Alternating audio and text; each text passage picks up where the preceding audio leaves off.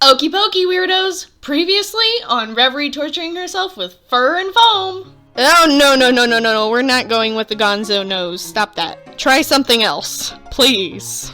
I know, it looks very stupid, but I also had to check and make sure, yay, it fit. Please do note that this whole video is a series of progress photos, and now for part 2 of making Lucy Lacemaker's head.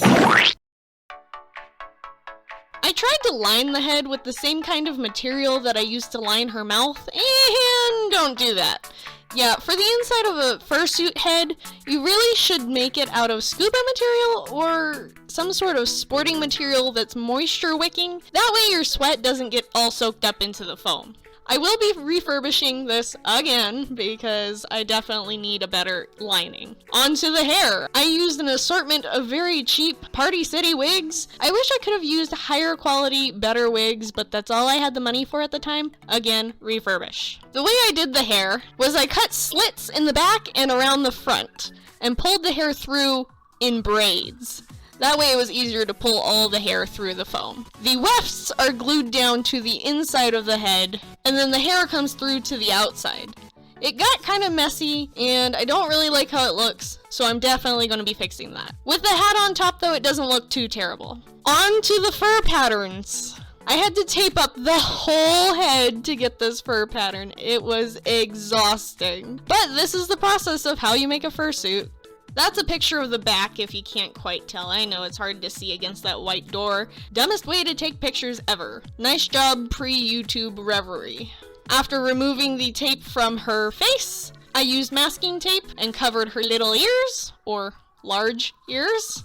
And I pressed all of the patterns onto paper so that they'd hold their shape a little better. And they would lay flat against the fur when I'm cutting them out. This is buckram. I was originally going to use that plastic from the Hobby Lobby picture, but the holes were few and far between. I couldn't see through it very well, so I went ahead and got on Etsy, bought some buckram that was way too expensive, and now I know I need to get buckram from Fursuit Supply if I ever want more again. They're not a sponsor in any way, but I do love their stuff. It's just at the moment that because of the pandemic, they are low on supplies, so just give them some time. I cut out her pupils out of the buckram, and then I made her eyes out of craft foam. They really should be made out of plastic because her head is so heavy that it's going to squish the eyes down over time, so I will be putting plastic in there later. I lined the eye holes in her head with craft foam, with the corresponding colors, and hot glued the craft foam and buckram pupilled eyes into the head. Here's a pattern for one of the ears. And I started drawing out the pattern for the nose. I knew this one would be harder to cut out because there's so many little angles and shapes. I cut that out into fur, sewed the fur together, and laid it over the nose to make sure it fit. I know she looks a little overly furry right now. I hadn't shaved the fur down yet.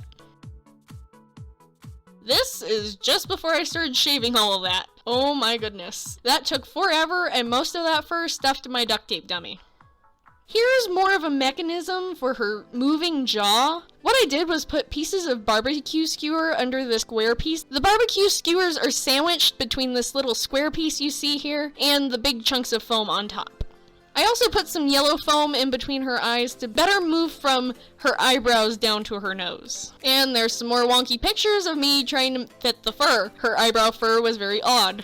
The magnet in her mouth is for her tongue. There's a magnet underneath the black felt inside the mouth, and then this separate magnet on top will be inside her tongue once I make it. Oh, I hate this one. This is an inside look of the head. I started putting a whole bunch of chunks of foam in there to try to make it better fit me and to hold my glasses in place because I can't wear contacts. It physically hurts because I have muscular issues. So all of those weird bits of foam are supposed to support my glasses and keep them from rubbing against the buckram. Here's a test wear with the neck fur on. You can see my chin through the mouth there. I thought that was a little funny. The way I textured the inside of the nose, gums, and the inside of the ears was I took a sponge and a mixture of very light red paint and as lightly as I could just slightly dab the paint onto the felt. She still looks a little crazy because I hadn't trimmed it all the way down yet. And I have plenty of ventilation since Lucy's mouth is so wide. I will be wearing a balaclava over my head so that it will be black and fill in that spot in the mouth where you can see my chin. Finally, I shaved down most of the fur and got her looking more like herself. On to the red fur. Now this is usually a big no-no in the fursuit world, but as a cosplayer, I kept worrying about having to wash the red and white fur together if I sewed everything in one piece. That would be a nightmare. I do not want my Lucy Lacemaker turning pink. Therefore, I used Velcro. I know, the fursuiters are all having a fit right now, but I wanted to make sure that I could keep my white fur from turning pink.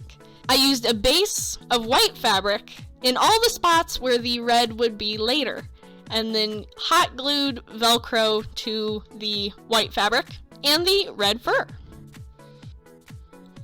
And I cut out that vinyl and glued it down for the lips. I do want to fix that a bit. Here's the ear pieces cut out in red.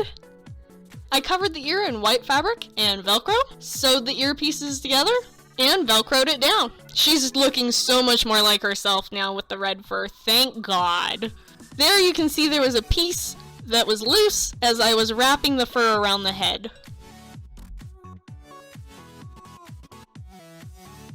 And hold on to your hats because the next video will be about how I made her hat and her tail. So if you would like to see more costume, cosplay, and or crafting content, remember to subs, comms, thumbs, ding, and welcome to the madness. Thank you so much again, Fenna, for giving me permission to make this costume.